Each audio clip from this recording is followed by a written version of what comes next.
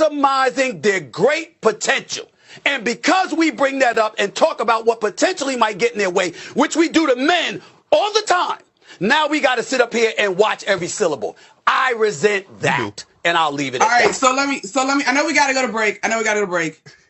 Welcome to the world of being a woman, Stephen A., and how you have to dance about your word choice and you have to please everybody and anybody as you navigate your being. We are talking about the world's greatest How about being a black man?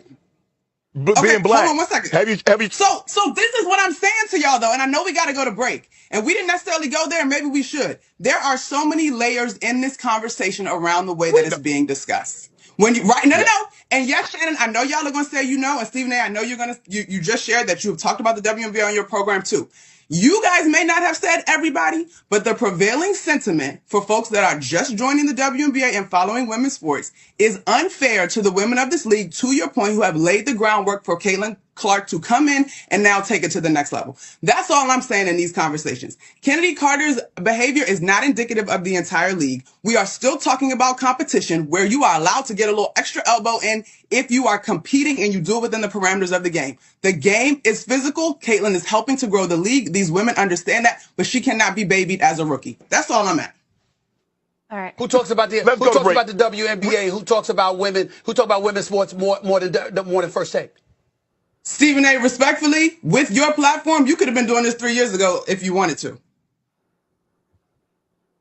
Wow. All right, we got to. You guys. So did you know you're my guy, but who does more than Stephen us? I'm talking to you. Wow. Don't do that. I'm talking to you about the power that you have. Okay. I'm talking to you.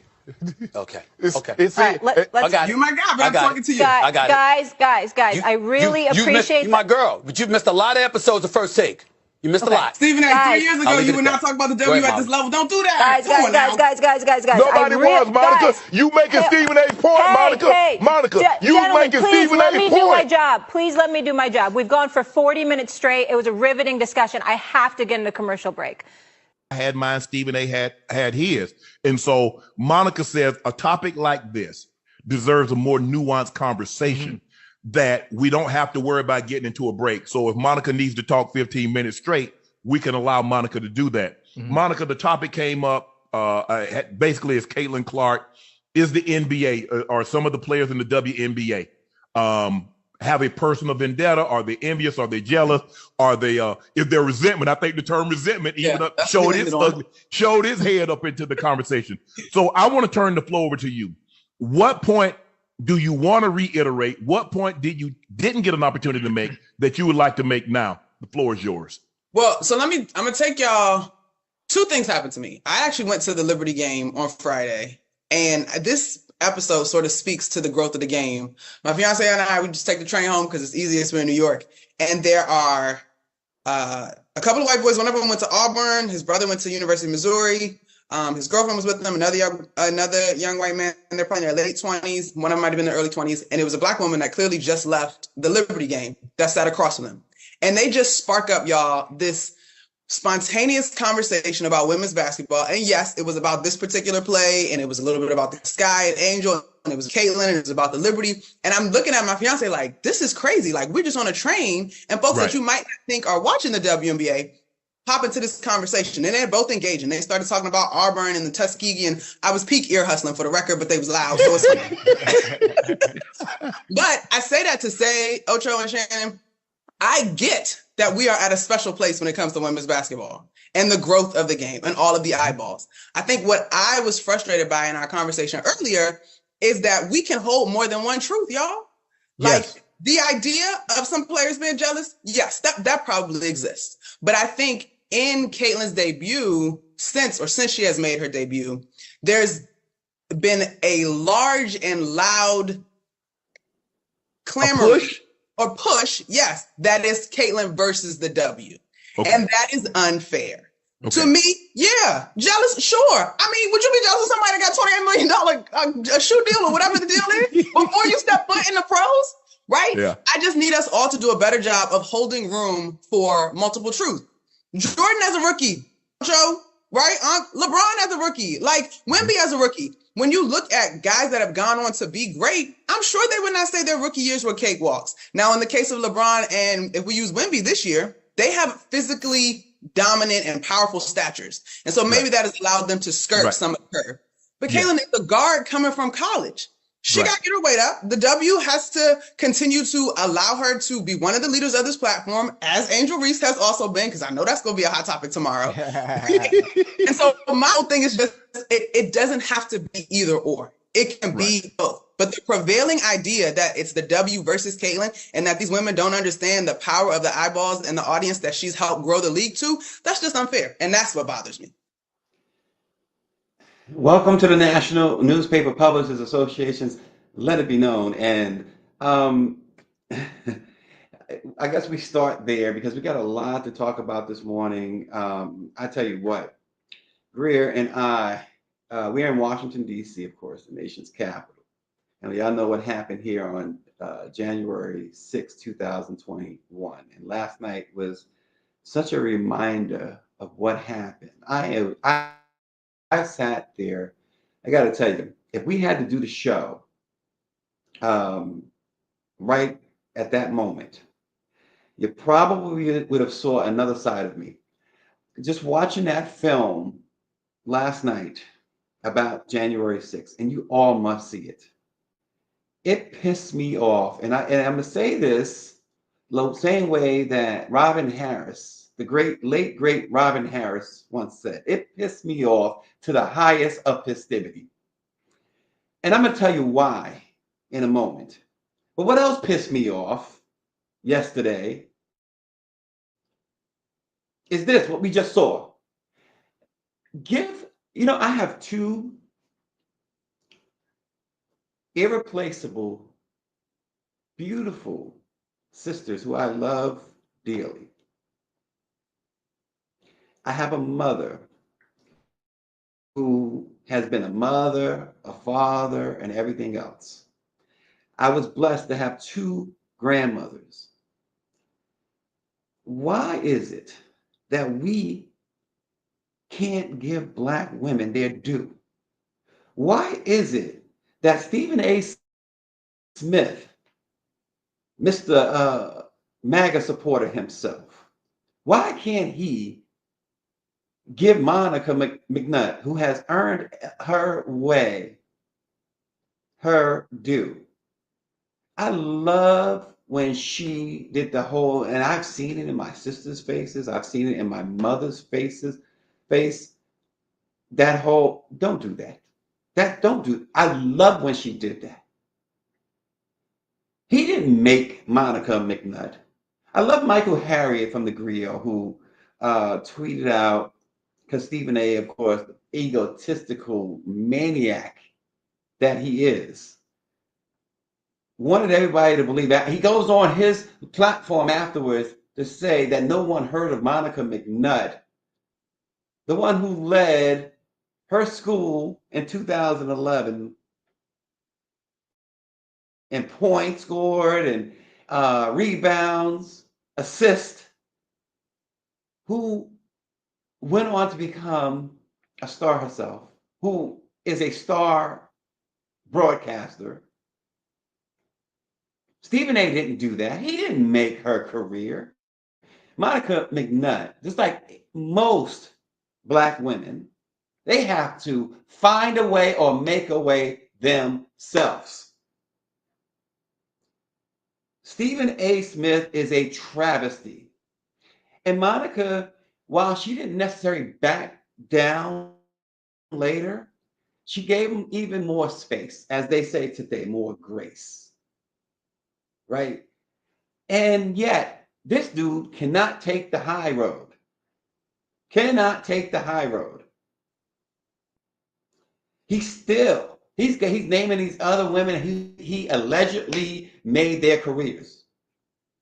No, he did not talk about the WNBA on First Take. Monica didn't miss no episodes. No, what she did not miss too was taking a good shot at that ego, that overinflated ego. I love strong, proud, stand on your business Black men, but this wasn't it. This was a black man trying to put a black woman in her place. Once again, I got sisters. I got beautiful daughters. Everybody say their children are the most beautiful in the world. Mine are. Got a wife, beautiful, gorgeous. Black women, granddaughters, black women. It's high time that, as Malcolm X said, black women are the most disrespected. We know that. But it's high time black men help change the narrative on that and stop doing what a Stephen A. Smith has no problem doing. We wanted to talk about that a little later, but since Greer started with that, that's where we are. That's where we are. It is infuriating to see this concept. I had a conversation, an online conversation yesterday with a colleague who you all know who that person is. I'm not even going to name that person. Lives in Houston. Works in Houston. Another topic we plan to talk about a little later, the whole Eminem thing. This black woman defended to the T Eminem. Despite, I don't care what you think of Megan, I'm not a Megan Thee Stallion fan. I don't listen to Megan Thee Stallion.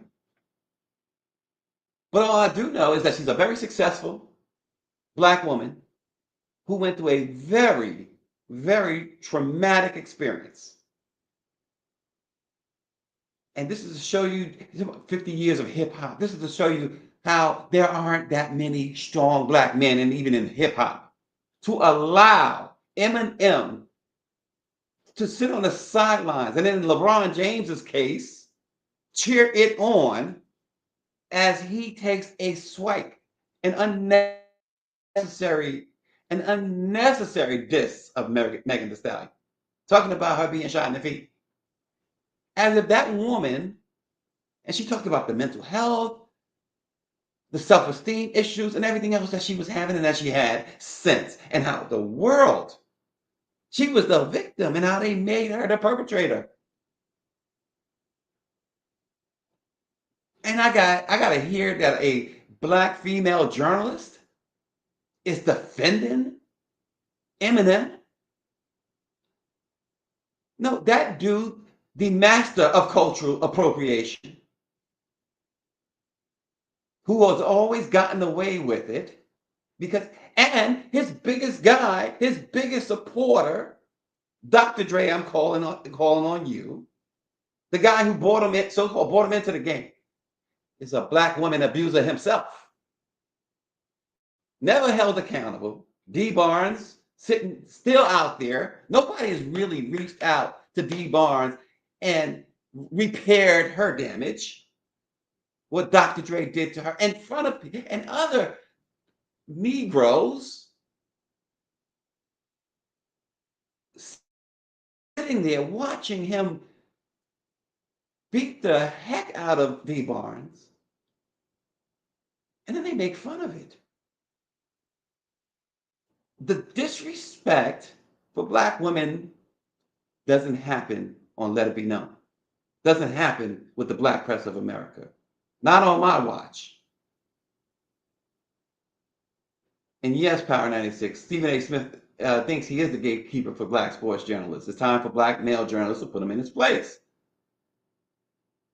We can't have that. You know, Dr. Chavis is the president and CEO. But I'm going to tell you something. Dr. Chavis will not disagree. It's a black woman who really has been the glue that's kept this organization going, at least all the years I've been here. And it's not to take anything away from Dr. Chavis. He's done more than what this board that we have, the board of directors, could ever have hoped for, could ever have dreamed of for the black press of America. But I'm here to tell you that his executive administrator, a gorgeous black woman at that,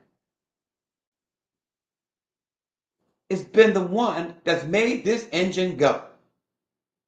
I've been here 10 years, 11 years, almost. I've seen it. We can't advance. We have never been able to advance as Black people without Black women. It has never happened. It will never happen. It's time to cut the nonsense. And I agree. Eminem is a big culture. He's more of a culture vulture than Elvis, yes. At least Elvis, if you knew Elvis's story, at least he understood the assignment. He gave those who came before him, who he took from, the credit. I've seen Elvis's interviews where he implored the press. I'm not the king, he would say. The real kings are the BB kings of the world, he said. This is Elvis's words.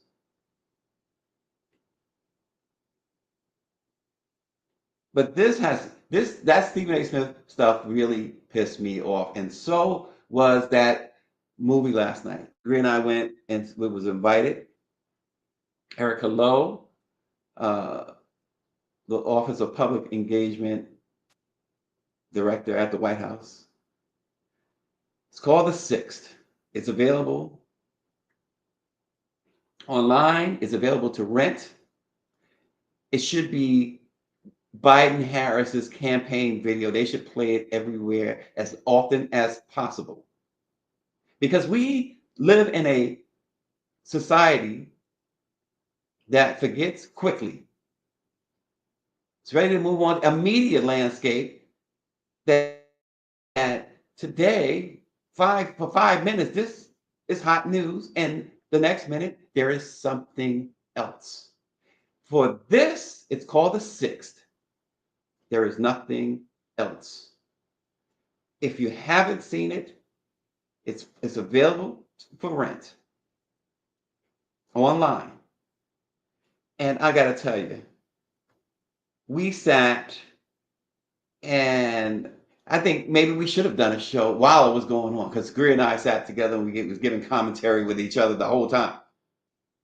It weaves together a very compelling narrative of what, this is what the filmmakers, the Fines, said as to what the hell happened right here in our backyard.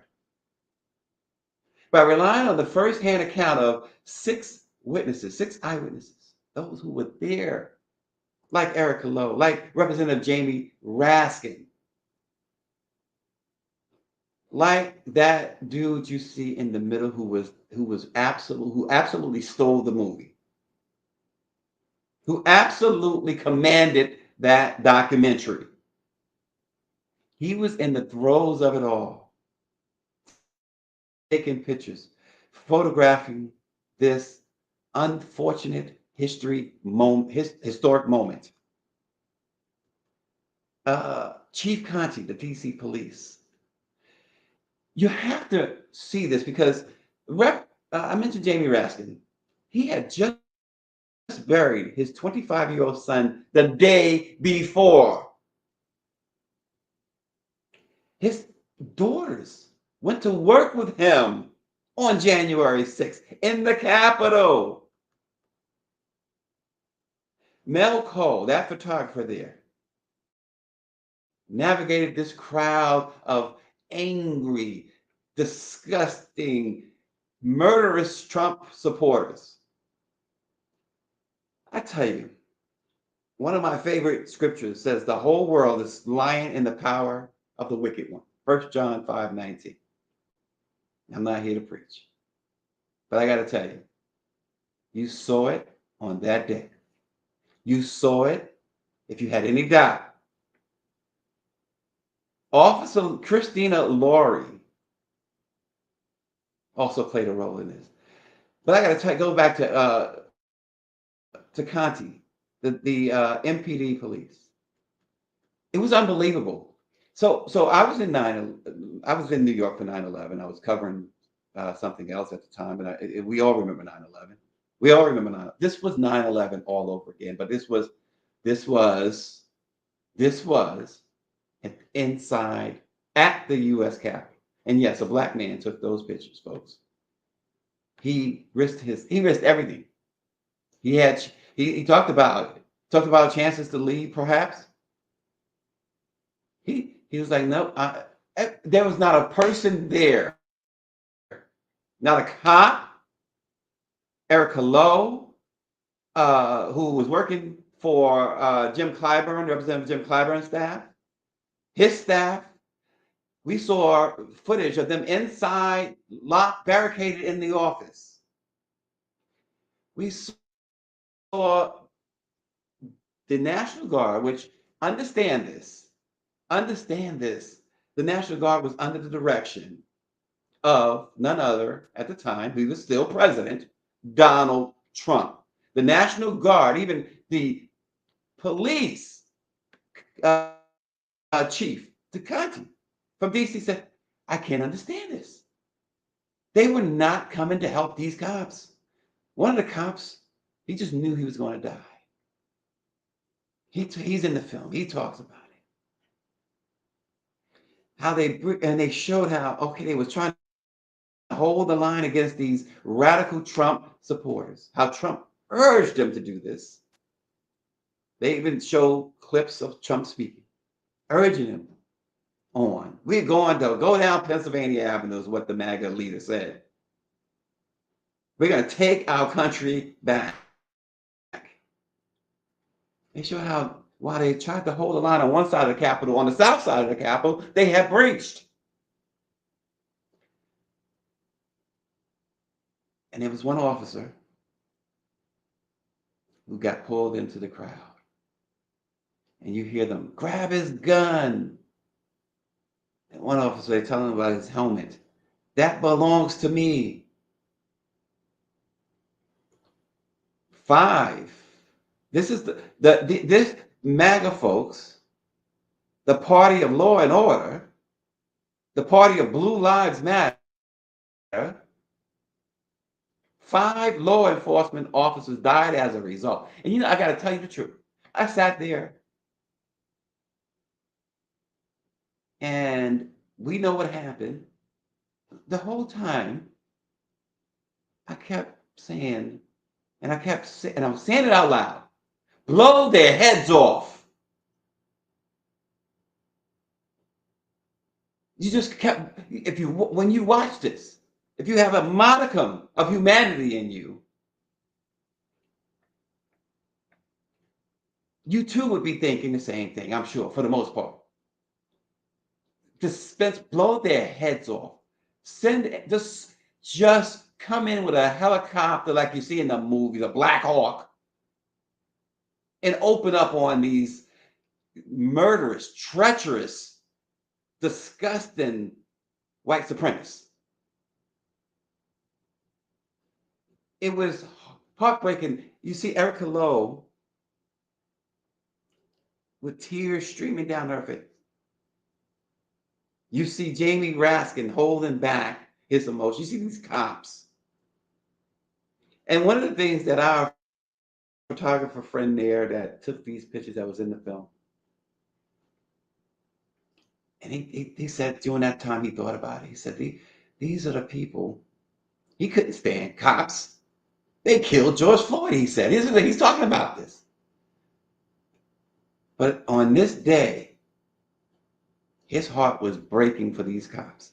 They are begging for backup, begging for help. And you got this guy who is the front runner now today in 2024 to be the president of the United States, who was convicted 34 times on 34 felonies in New York last week. And you guys, folks, listen, I will never get involved to the point where I'm telling you how to vote, who to vote for, to vote exact. That's not my bag at all.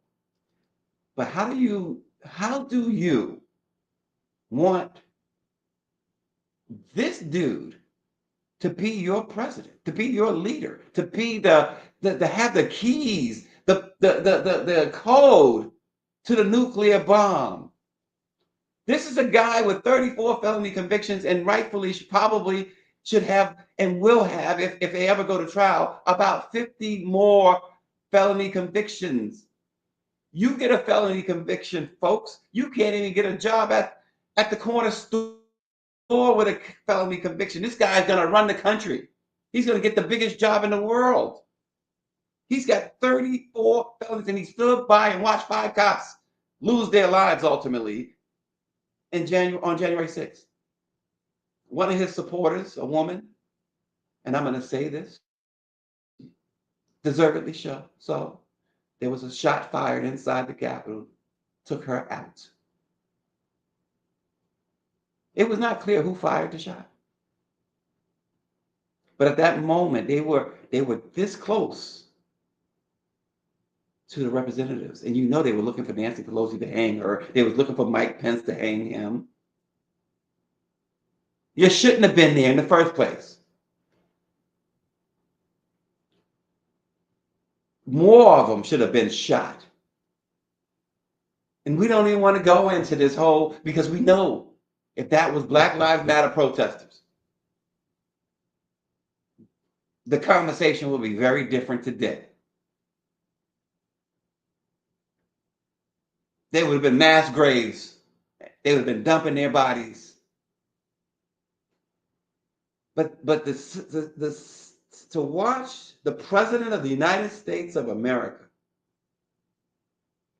to watch this dude sit by, the President-elect, Joe Biden, had to go on television and call for peace, call for these people to leave the Capitol. But their leader, their Jim Jones, who gave them that great Kool-Aid, because make no mistake, the worst Kool-Aid there is the great one, sat by and watched the devastation, the destruction, the near deaths of his vice president, man who supported him through thick and thin,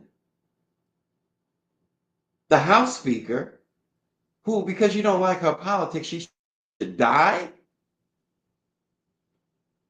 You later, long after January 6th, your goons go into her home and beat her husband with a hammer, and you make fun of it. You got to be kidding me that this guy, you guys are picking this guy to lead. This guy who says, I am going to be a dictator on day one. And black folks kill me. I don't even want to get into that disgusting filth that they call Sexy Red. Her whole concert set with MAGA inspired.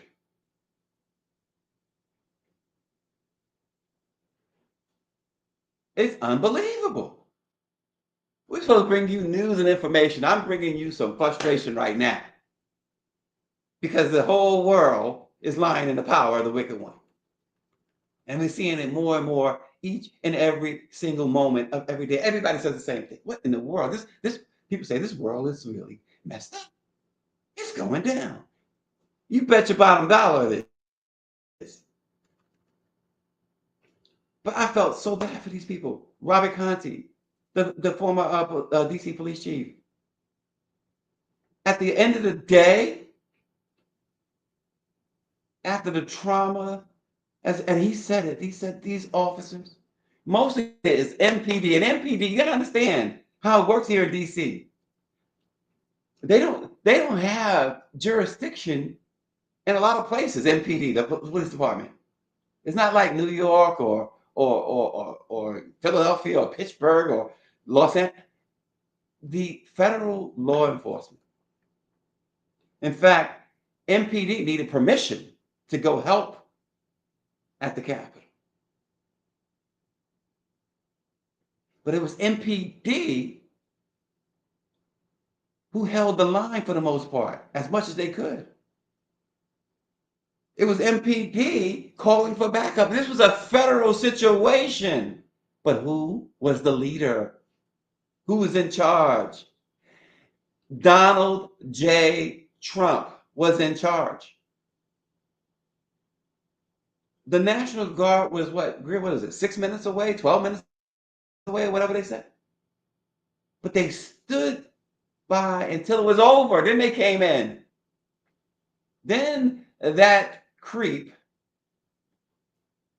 who on July 11th, if there's any justice, will go to prison when he's sentenced.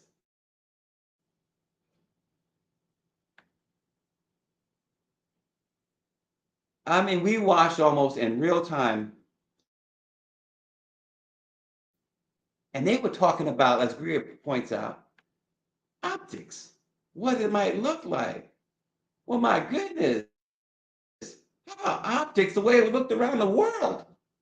The U.S. Capitol being attacked, and our photographer homeboy, I keep forgetting his name, I don't know why. We got unsaid his name a couple of times.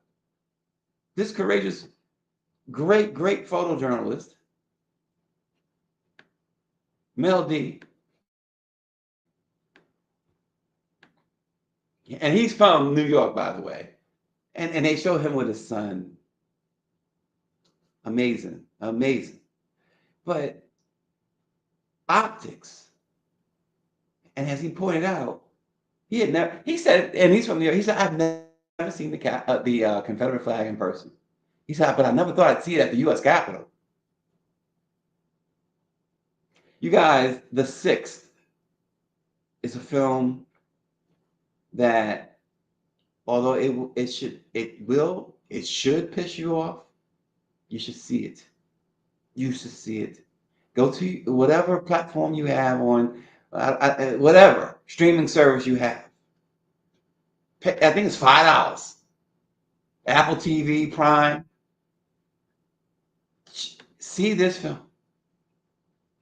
The scene and the setting that we saw it last night was absolutely riveting. You can see it, Google it, but it was absolutely, it took all of the, and I hate to say this, and I shouldn't say it, but I'm going to say it. It took all the Christian being out of me. I just felt like it incited you, and it just incited me. I was so pissed off over something that happened in 2021. And yes, we talk about Erica Lowe. Erica Lowe takes care of a mother with Alzheimer's. And watching her cry about that, saying that she did not know if she was going to be able to who was going to take care of her mother. She was her mother's only caretaker. And dramatically, and you see this on the film. Like I said, they barricaded her, and Congressman Clyburn's staff is barricaded in his office. And that the climax of them bursting into that office, and as Erica said, they burst in with these big guns and everything. They thought they were dead, but it turns out those who burst into that office at the end was the police. They all had their hands up. There was a pregnant black woman, and it's giving me notes right now too, because there was so much. And people banging on the door constantly. And you remember that black police officer who directed those insurrectionists, those white supremacists, away from the lawmakers? They show footages of that. Power 96 says, it's funny to me that some people will like to forget January 6th, but those same people try daily to keep the Confederacy alive. Mike V says, Michael Cohen served 13 months. I don't see how Trump wouldn't be sentenced to something similar.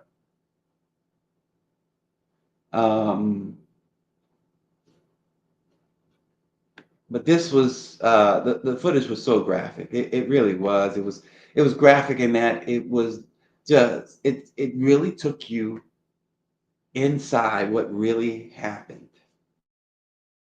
It showed you, I should say, what really happened. Yes, graphic but necessary. And to see, again, Representative Jamie Raskin just lost his son. His son had committed suicide the day before. Mental health is a real thing. Mental health challenges are real. And I can't see. We know Erica Lowe because we do a lot of work at the White House. We do a lot of work covering the White House. We don't know her in a personal, intimate setting or anything like that. The photographer, Chief Conti, Jamie Raskin, we don't know them. I don't know them in a personal, intimate way. But I can't imagine all of those officers and all of those people. I can't imagine that even today and forever they will suffer with some sort of PTSD.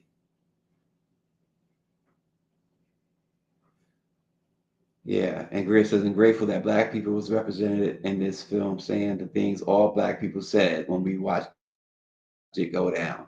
It really was. I mean, the stuff that was being said in real time, it was just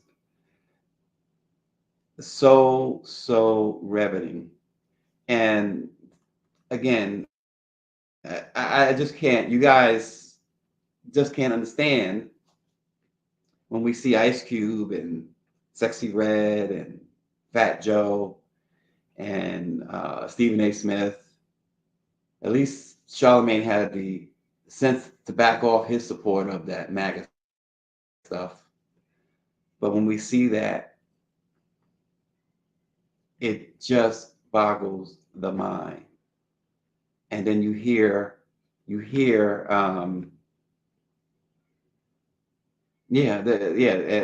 brother said that he was concerned that the NPD would walk past all these races and come for him because he was Black. Isn't that something? Imagine that. With all that, with all of that. But I can't imagine, and like we started to mention, we mentioned a little bit Erica Lowe taking care of her mom, worried about who's now. They are all preparing to die. And die a really horrible death. But on her mind, who's going to take care of my mom? Jamie Raskin, his daughters in the Capitol, worried about, are they safe? They're texting. Erica watched. And again, I keep mentioning Erica because she was our point of entry into this whole thing. She was a point of entry for the movie, really. But she watched as they left. What is that? The ellipse with the Trump rally. Yeah, there was this one crazy white woman said she came there to die. Everything was, this was it. They had to take back their country and they was willing to die. Take back their country, meaning that they needed to have Trump in office. And Erica watched out the window, and they documented this so well. There's no retakes. This was actually happening. And she saw that crowd moving toward the Capitol. And as she said, people protest all the time. As they get closer and closer, and the numbers swell, she says, oh, well, the Capitol Police can handle this. Then the numbers swelled more, and the crowd pushed more. And she realized this was not an ordinary protest. This was something much more serious, much more. And then the alarm went off in the Capitol. And I remember just thinking, as that photographer from New York, as he said, saying, wow, the Confederate flag, it had never flown in the Capitol ever before. Yeah, this picture here Mel, the photographer, one of the early comments, he said, the heck this, and he didn't say heck, the heck this guy doing here? And it's like what we talk about today with these black rappers and black dudes supporting that whole Make America Great Again. When it doesn't take more than the first grader to understand from the beginning what that really stood for, Make America Great Again. And now they're out in the open. They're more than ever before, they're out in the open. They're letting you know. Once again, we've said it many times on this program.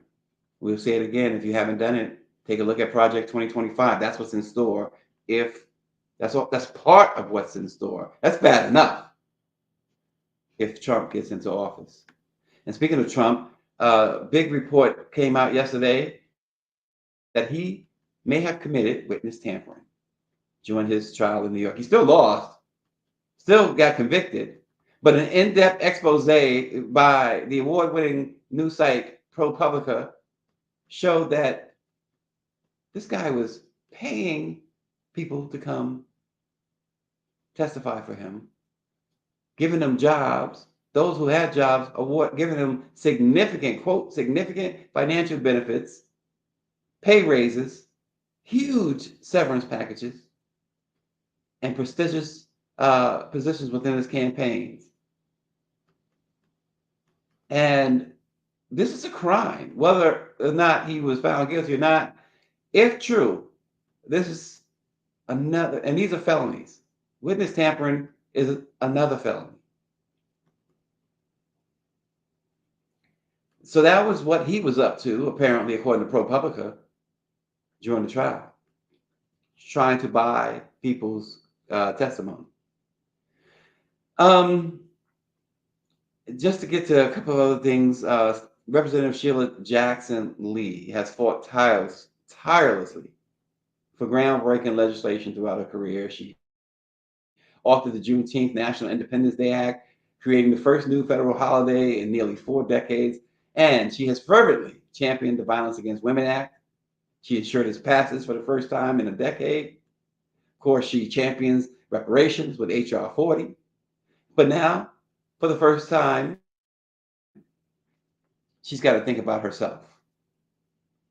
The Texas representative is facing the battle of her life. She announced that she has been diagnosed with pancreatic cancer. Sheila Jackson Lee is 74 years old, and she says, my doctors have confirmed pancreatic cancer, and I am currently undergoing treatment. She says, I am confident that my doctors have developed the best possible plan to target my specific disease. The road ahead will not be easy, but I stand in faith that God will strengthen me. She has represented Texas 18th District in the U.S. House of Representatives since 1995. She's in her 15th term. We certainly a friend of the Black press. There are not many, and I'm talking about all of them, including the Congressional Black Caucus. There are not many that are true friends of the Black press like Sheila Jackson Lee. She's one of them. There's a few, and she is one of them. India Arie says she is taking a hiatus from the music industry after posting an open letter detailing many things, including how she's not been paid properly and how she needs to care for her mental health. And it was a deeply personal open letter that the 4-time Grammy Award winner penned on social media. She said that her decision to step back from touring and music comes as she needs to heal and take care of her mental health. She says, I've sat quietly all these years because the things that inspired me had disappeared, and I've been healing from great disillusionment. She did accept some shows recently, a couple of shows recently, and she goes on to say about that, now everything in me is screaming no. She says, my nervous system is a wreck. She says, these years have taken a true toll on her. And she says, I sacrificed my health, enduring deaths, root canals, and lack of management support just to secure higher pay for my performances. I was underpaid for years, she says. She says, now that I see the world all different since 2020, as we all do, I'm having a hard time being inspired to take on the absolute heavy lifting it takes to go on the road with 19 people. She says, I need healing too. And she says, I'm sorry to anyone who is disappointed. That means you love me and I love you back. And then she concludes by saying, I hope to meet you in a more authentic space with all the new songs I have at some point here soon. It's some real stuff. Some that mental health, you know, it's so good that Black folks are talking about mental health. And we forever have ignored it. And it's always been a stigma. But to see folks talk about it, Andy Arie being one of them now. You know, Taraji P. Henson talks about it all the time.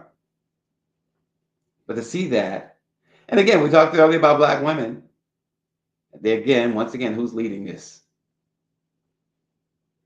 So we, and one of the things that not lost in that as well, Andy Arie was very candid. He says she needs money, but she says, since when doing something for money is ever fun or works out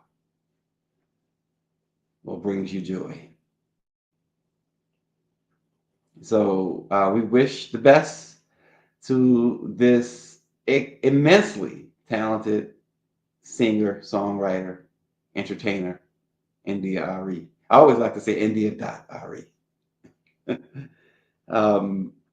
And we talked again earlier about Meg Thee Stallion and Eminem and that situation. She continued her sold out tour in Atlanta over the weekend. Good for her. I just want to raise up what Panama Jackson wrote in the Griot. And this is what he said. And I've read his column. It was so on point, especially this part. He says, Eminem decided to hedge that bet with a wildly unnecessary bar about Megan Thee Stallion being shot in the foot. He raps, if I was to ask for Megan Thee Stallion if she would collab with me, would I really have a shot at her feet? Of course, feet being an homonym for literal feet. Panama goes on to say to call that lazy and beneath even Eminem would be an understatement. He says Eminem is a rapper who had bars that were worthy of studying. This was a low-hanging fruit bar for the sake of doing this on his huge comeback single to illustrate that he'll say anything he feels like, and it falls flat. It's just dumb. And he goes on to say, and a white boy that the culture has given a pass to because of his cosigns and talent isn't likely to get the same ho-hum response as he once might have, especially considering that Megan really has been through quite the ordeal in which she was actually shot. Panama goes on to say why Eminem would waste a punctuating bar on this is as nonsensical as Drake doing it. He says, I would wager the bar doesn't hurt Meg's feelings or change her life, but if I were her, I'd be like, just why? Maybe Eminem, he says, is searching for an enemy in Black women, like they all are, to give him something to rap about. He wouldn't be the first white man to disrespect Black women just because he could. It's just an odd choice, Panama says. But then again, I don't really expect legions of Black male rappers to question Eminem, so she'll just have to take it and move on. Even LeBron James chimed in and shouted out Eminem for the song. And Mike V, I'm glad you said what you said, because this is part of the conversation that I had with, like I said, a colleague yesterday. Mike V says, I don't remember the Beastie Boys dissing folk to get on stage, to get on.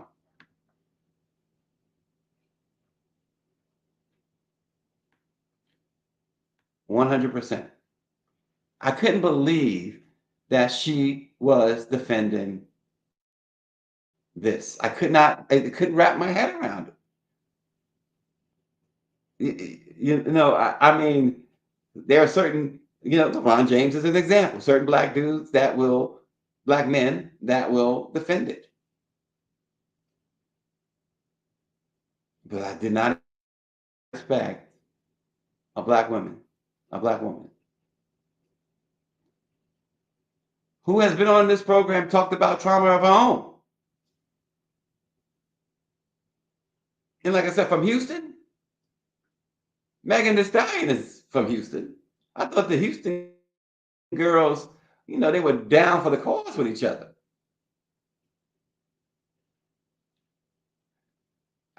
I mean, everybody's entitled, and I'm not in any way disparaging my colleague. I was just surprised at her take. Very surprised at her take. And then to say that, to start the whataboutisms, there's no whataboutism here. The fact of the matter is that, hip hop has allowed this dude a license to do whatever. Mike V says Bun B came out and defended Megan. That's great to hear. But to allow this guy, this is your thing. This is, we don't have much to call our own. And y'all ready to hand the keys over to this white guy. And I kept saying, as you might be able to see in our exchange there, that I'm surprised that this is your take. And I posted Panama's article. She says, Eminem is a quirky rapper. This is what, as y'all see, who we talking about, Totally Randy. She goes, sigh, he wasn't dissing Meg. He is not searching for an enemy in black women. What a wild take. No, that take was 100% spot on. 100% spot on. We can't, I'm gonna say it like it is. Had it been a Jewish entertainer,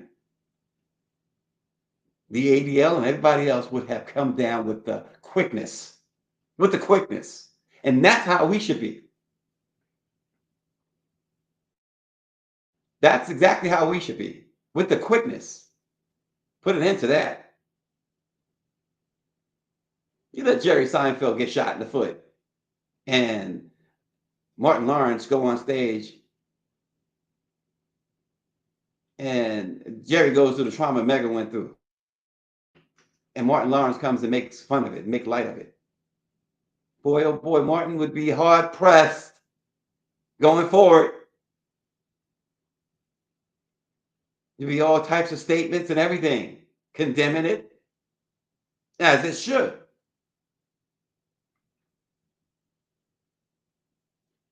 You would not see legions of Jewish comedians sticking up for Martin Lawrence. Yeah, and the whole Tina Marie thing. Tina Marie never, right, Greer, she never crossed the line. She respected the culture that she was a part of. She embraced it. She respected it.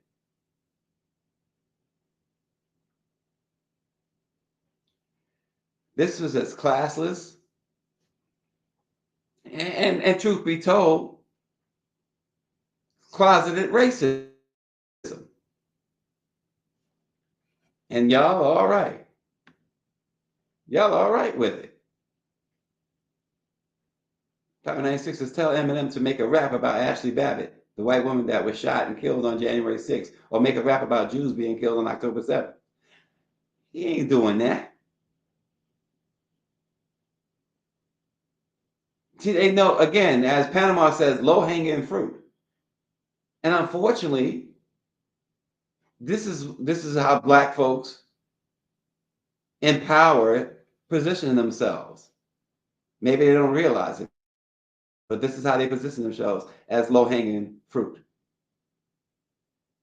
Black men do better. Do better. And It's no wonder who introduced Eminem to all of this. There's no wonder. No, I'm not saying he's a racist, but it was a racist move. It felt racist. Felt a little on the tinge of racism there.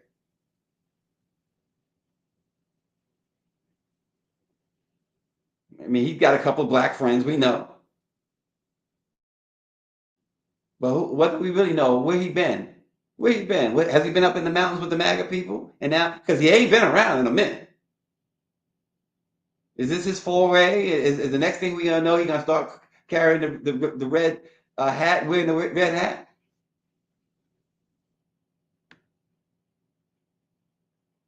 Hey, who sent you? Who sent you? I mean, come on. Yeah. Oh, this stuff. It was one of those mornings. It's one of those nights.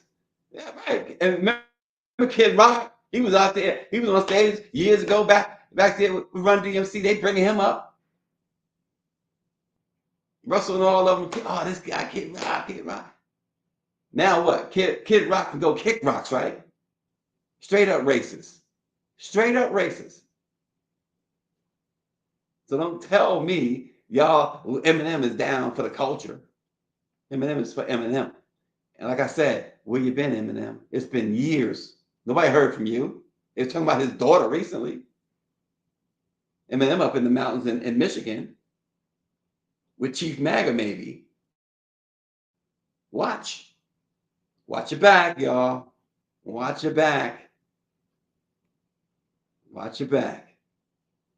I'm telling y'all, they say stay woke. This is the black press, y'all. Y'all better. I mean, come on. Too much. Like, share, subscribe to our Let It Be Known YouTube page. Thanks for watching today. It's just too much sometimes. Too much. It's too much sometimes. But see that film, The Sixth. See it.